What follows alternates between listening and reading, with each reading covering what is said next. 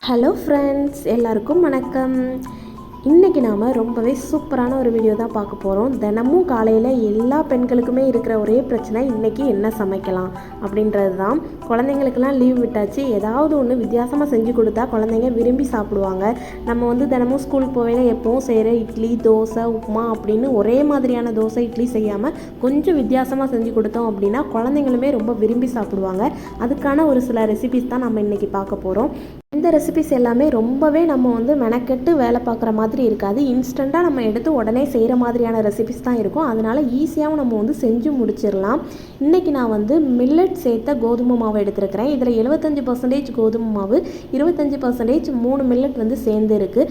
சிறுதானியங்கள் உடம்புல சேர்க்குறது ரொம்பவே நல்லது. இந்த மாதிரி ஏதாவது ஒரு மெத்தடில் நாம் நார்மலாக எப்போவுமே குழந்தைங்களுக்கு தோசை கொடுக்குற மாதிரி இந்த மாதிரி மாவில் செஞ்சு கொடுத்தீங்க அப்படின்னா உடம்புக்கும் ஹெல்த்தி, சுவையும் நல்லாயிருக்கும். குழந்தைங்க விரும்பியும் சாப்பிடுவாங்க. கொஞ்சம் வித்தியாசமான டேஸ்ட்டில் இருக்கிறதுனால அவங்க விரும்பி சாப்பிடுவாங்க. இதுக்கு நாம் தனியாக ரொம்ப ஸ்பெஷலாக எதுவும் சைடிஷ் செய்யணுன்ற அவசியம்லாம் இல்லை. நார்மலான தேங்காய் சட்னி போதும். தேங்காய் சட்னி இந்த மில்லட் தோசை டேஸ்ட்டே ரொம்ப சூப்பராக இருக்கும். இதுக்கு மேலே நெய் சேர்த்திங்க அப்படின்னா இதோட டேஸ்ட் இன்னுமே கூட கொஞ்சம் அதிகமாக இருக்கும். உங்களுக்கு தோசை நல்லா கிறிஸ்பியாக வரும்னா கொஞ்சம் தண்ணியாக இருக்கிற மாதிரி கலச்சிட்டிங்க அப்படின்னா உங்களுக்கு தோசை கிறிஸ்பியாக கிடைக்கும். டேஸ்ட்டும் ரொம்ப சூப்பராக இருக்கும். ட்ரை பண்ணி பாருங்கள்.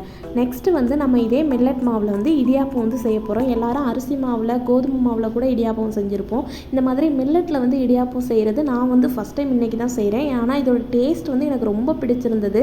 இதை நான் வறுத்தோ இல்லை மாவு ஆவி கட்டி அப்படிலாம் செய்வாங்க. ரொம்ப கஷ்டப்பட்டு நம்ம வறுத்து ஆவி கட்டலாம் வேணாம். நார்மலாக மாவை அப்படியே எடுத்து தான் நான் செய்ய போகிறேன். தண்ணி நல்லா கொதிக்க வச்சுட்டேன். 2 கப் மாவு எடுத்துருக்கிறேன். 2 கப் மாவுக்கு 3 கப் அளவு தண்ணி இருக்கும். 1 கப்புக்கு 1.5 கப் அளவு கரெக்டாக இருக்கும். ஆனால் நீங்கள் தண்ணியை கொதிக்க வச்சுட்டு மொத்த தண்ணியும் அப்படியே ஊற்றிடாமல் கொஞ்சம் கொஞ்சமாக நீங்கள் கலந்துட்டு தண்ணி கரெக்டான பதத்தில் இருக்கா அப்படின்றத செக் பண்ணிவிட்டு அதுக்கப்புறம் மாவில் சேருங்க. ஏன்னா ரொம்ப தண்ணி சேர்ந்துட்டாலும் உங்களுக்கு இடியாப்பம் உங்களுக்கு ஒட்டாமல் வராது. ஏன்னா ஒரு மாதிரி குழஞ்சிடும். கரெக்டான பதத்தில் இருந்தால் தான் இடியாப்பம் டேஸ்ட்டாக கிடைக்கும். தண்ணி நல்லா கொதிக்க வச்சதுக்கப்புறம் மாவில் இந்த மாதிரி கலந்து சின்ன ஹோல் இருக்கிற இடியாப்பச்சில் நாம் சேர்த்துட்டு இந்த மாதிரி நல்லா பிழிஞ்சு எடுத்துடலாம். டேஸ்ட் இது மில்லட் சேர்ந்துருக்கிறதுனால ஆவியில் இந்த இடியாப்பம் வேகும் போதே ஒரு மனம் ரொம்ப சூப்பராக இருந்தது. நான் இது கூட தேங்காய் பாலும் பனங்கற்கண்டும் சேர்த்து குழந்தைங்களுக்கு கொடுத்தேன். என் குழந்தைங்களுக்கு இந்த டேஸ்ட் ரொம்பவே பிடிச்சிருந்தது. நான் நார்மலாக எப்போவுமே அரிசி மாவுலேயும் கோதுமை மாவுலையும் அவங்களுக்கு இடியாப்பம் செஞ்சு கொடுப்பேன். ஆனால் அவங்க அதை சாப்பிட்றதுக்கும் இந்த இடியாப்பம் சாப்பிட்றதுக்கும் எனக்கு வித்தியாசம் நல்லா தெரிஞ்சது. கொஞ்சம் கூட மிச்சம் வைக்காமல் சாப்பிட்டுட்டாங்க. அதனால தான் இந்த ரெசிபியை அவங்க கூட ஷேர் பண்ணுறேன். டேஸ்ட்டோடு சேர்ந்து அதோட மனமும் வீடு ஃபுல்லாக பரவுற மாதிரி அவ்வளோ ஒரு சூப்பராக இருந்தது. நீங்களும் இந்த மாதிரி மில்லட்டில் இடியாப்பம் செஞ்சு பாருங்கள். ரொம்பவே சூப்பராக இருக்கும். ஒரு 10 நிமிஷம் இந்த மாதிரி ஆவியில் வேக வச்சு எடுத்தால் போதும். நம்மளோட இடியாப்பம் சூப்பராக ரெடி ஆயிரும். பாருங்கள் எவ்வளோ சாப்பிட்டா சூப்பரான இடியாப்பம் ரெடி ஆகிடுச்சு. இதுக்கு நிறைய பேர் அரிசி மாவுக்கெலாம் நான்வெஜ்ஜெலாம் சமைச்சு கூட சாப்பிடுவாங்க. ஆனால் என்றைக்குமே இடியாப்பத்துக்கு தேங்காய் பால் வச்சு சாப்பிடுங்க. அதுதான் சூப்பரான டேஸ்ட்டாக இருக்கும். குழந்தைங்களுக்கும் கொஞ்சம் இனிப்பு சுவை இருந்தால் கண்டிப்பாக விரும்பி சாப்பிடுவாங்க. கொஞ்சம் கூட மிச்சம் வைக்காங்க. இந்த மாதிரி லீவ் டைமில் தான் குழந்தைங்க ஃபுல் டைமும் வீட்டில் இருக்கிறாங்க. அவங்களுக்கு நம்ம கொஞ்சம் கொஞ்சமாக இந்த மாதிரி ஹெல்த்தியாக பார்த்து பார்த்து செஞ்சு கொடுக்கலாம். அவங்க அப்போ தான் அவசரமாக சாப்பிட்டுட்டு வேகமாக ஸ்கூலுக்கு போகும்போது அவசரமாக சாப்பிட்டும் சாப்பிடாமலும் கிளம்புவாங்க. ஆனால் இந்த மாதிரி லீவில் வீட்டில் இருக்கிற டைமில் கொஞ்சம் வித்தியாசமாகவும் அதை அவங்கள சாப்பிட பழக்கிறதுக்கான நேரமாக கூட நம்ம இந்த லீவ் நாளை எடுத்துக்கலாம். நெக்ஸ்ட்டு பச்சைப்பயிறு தோசை தான் செய்ய போகிறோம். நம்ம மாவை அரைச்சி புளிக்க வைக்கணுன்ற அவசியம்லாம் கிடையாது. இப்போ நீங்கள் காலையில் சீக்கிரமே எழுந்துட்டீங்க, குழந்தைங்களுக்கு லீவ் தான், அவசரமாக நம்ம செய்ய வேணாம் அப்படின்னு நீங்கள் ஒரு 6 மணிக்கு எழுந்திரிச்சு இதை நீங்கள் ஊற வச்சாலும் போதும். ஒரு 2 மணி நேரம் ஊறினா கூட போதும். நீங்கள் 8 மணிக்கு இதை அரைச்சிட்டு இன்ஸ்டண்ட்டாக உடனே நீங்கள் தோசை ஊற்றி கொடுத்துடலாம். இது பச்சைப்பயிரில் செய்கிறதுனால தோசையோட வாசனையே இதுவும் ரொம்பவே சூப்பராக இருக்கும். பார்க்க கலர்ஃபுல்லாகவும் இருக்கிறதுனால குழந்தைங்களும் விரும்பி சாப்பிடுவாங்க. இது ஒரு 2 மணி நேரம் ஊறினாலே போதும். இல்லை உங்களுக்கு நைட்டு ஊற வைக்கிற டைம் இருந்தால் நீங்கள் நைட்டே ஊற வச்சுட்டு மார்னிங் எழுந்த உடனே இதை அரைச்சிட்டு உடனே நீங்கள் தோசை ஊற்றி கொடுத்துடலாம். இதை அரைக்கும்போது பூடு, மிளகாய், இஞ்சி கூட சேர்ப்பாங்க, ஜீரகம், கருவேப்பிலை, உங்களுக்கு என்னெல்லாம் வாசனைக்கு சேர்க்கன்னு தோணுதோ அதை நீங்கள் சேர்க்கலாம். நான் இன்றைக்கி ஜீரகமும் பூடு மட்டும் 2 பல் எடுத்துருக்கிறேன். இப்போ இதை நல்லா ஃபைன் பேஸ்ட்டாக இந்த மாதிரி நீங்கள் நல்லா அரைச்சிக்கோங்க. தண்ணி ரொம்ப கலந்துட வேண்டாம். நம்ம தேவைக்கு ஏற்ற மாதிரி அரைச்சதுக்கப்புறம் கூட நம்ம சேர்த்துக்கலாம். தேவையான அளவு உப்பு சேர்த்துட்டு இந்த மாதிரி நல்லா மிக்ஸ் பண்ணி விடுங்க. பாருங்கள் இந்த கன்சிஸ்டன்சியில் இருந்தால் தோசை நல்லா கிறிஸ்பியாக உங்களுக்கு கிடைக்கும். ரொம்ப கட்டியாக இருந்தாலும் தோசை வந்து நல்லா இருக்காது, கொஞ்சம் வந்து தண்ணியாக இருக்கணும். தோசை மாவு பதத்துக்கு கரெக்டாக இருந்தாலே போதும், தோசை நல்லா கிறிஸ்பியாக கிடைக்கும். இதுக்கு மேலே லைட்டாக ஆயிலோ நெய்யோ கூட அப்ளை பண்ணி நம்ம வந்து கொடுக்கலாம். காலையில் வந்து லேட்டாக எழுந்திரிச்சு சீக்கிரம் சமைக்கணும்னா இந்த மாதிரி ரெசிபிலாம் நாம் வந்து செலக்ட் பண்ணி சமைக்கலாம், ரொம்பவே டேஸ்ட்டாக இருக்கும். இந்த மாதிரி தோசைலாம் செய்யும்போது புளிக்குழம்பு மாதிரி சைடிஷ் வச்சு சாப்பிட்றது ரொம்ப எனக்கு வந்து பிடிக்கும். நிறையா பேர் வந்து இப்படி சாப்பிடுவாங்களான்னு தெரியாது, ஆனால் ட்ரை பண்ணி பாருங்கள். இந்த மாதிரி குழம்பு செஞ்சால் நம்ம காலையில் வந்து பிரேக்ஃபாஸ்ட்டும் முடித்த மாதிரி இருக்கும், மதியத்துக்கு லஞ்சுக்குமே நம்ம வந்து செஞ்ச மாதிரி இருக்கும், வேலையும் ஈஸியாக முடியும். இப்போ வந்து செய்கிறது இதே மாதிரி நான் வந்து கொள்ளு தோசை செய்கிறதுக்கு தான் எடுத்திருக்கேன். வெயிட் லாஸ் பண்ண நினைக்கிறவங்க இந்த மாதிரி கொள்ளு தோசை வந்து செஞ்சு சாப்பிட்லாம். கொள்ளு வந்து உடம்புக்கு ரொம்பவே நல்லது. இப்போ நான் வந்து 1 கப் வந்து அரிசி எடுத்திருக்கிறேன், 3/4 கப் வந்து கொள்ளு எடுத்திருக்கிறேன், ஒரு 1/4 கப் வந்து உளுந்து வந்து எடுத்திருக்கிறேன். வெயிட் லாஸ் பண்ண நினைக்கிறவங்க உளுந்து கூட சேர்க்காமல் வந்து நீங்கள் செய்யலாம். இதுவுமே நம்ம இன்ஸ்டண்ட்டாக ஊற வச்சுட்டு அரைச்சி நம்ம வந்து செய்யலாம். நான் வந்து நைட்டே வந்து இதை வந்து ஊற வச்சுட்டேன், மார்னிங் வந்து எழுந்து அரைச்சிட்டு நான் வந்து டேரெக்டாக வந்து தோசை ஊற்றி சாப்பிட்றலாம்.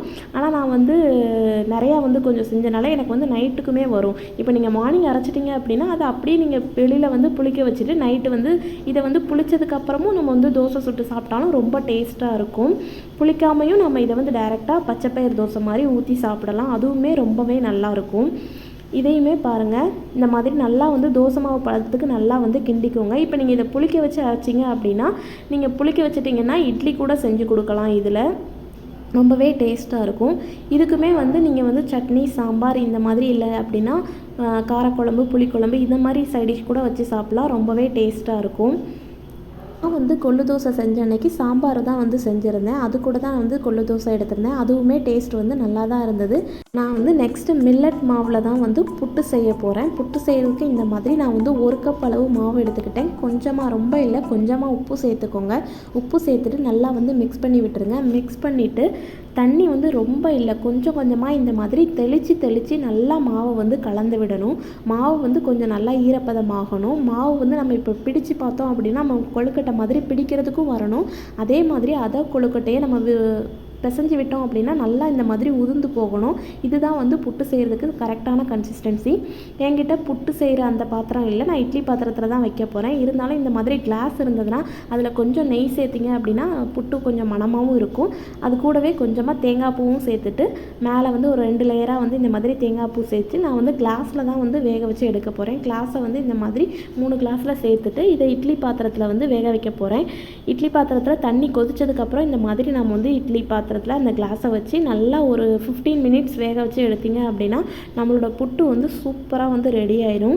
இதுவுமே ரொம்ப மணமாக சுவையாக இருந்தது, ட்ரை பண்ணி பாருங்கள். மில்லட் மாவு இல்லை அப்படின்னா நீங்கள் வந்து புட்டு அரிசி மாவு கோதுமை மாவு இதுலேயுமே வந்து நீங்கள் செய்யலாம், ரொம்பவே சூப்பராக இருக்கும். இதுக்குமே நான் இன்றைக்கி வந்து சைடிஷ் வந்து பனங்கற்கண்டு வச்சு தான் சாப்பிட போகிறேன். நாட்டு சக்கரை இல்லை, அதனால் பனங்கற்கண்டு வந்து எடுத்துக்கிட்டேன். பனங்கற்கண்டு கூட சேர்த்து சாப்பிடும்போது ரொம்பவே டேஸ்ட்டாக இருந்தது. முடிஞ்ச அளவுக்கு குழந்தைங்களுக்கு வந்து நம்ம ஒயிட் சுகரை வந்து கொஞ்சம் கொஞ்சமாக நம்ம வந்து குறைக்கிறது ரொம்பவே நல்லது.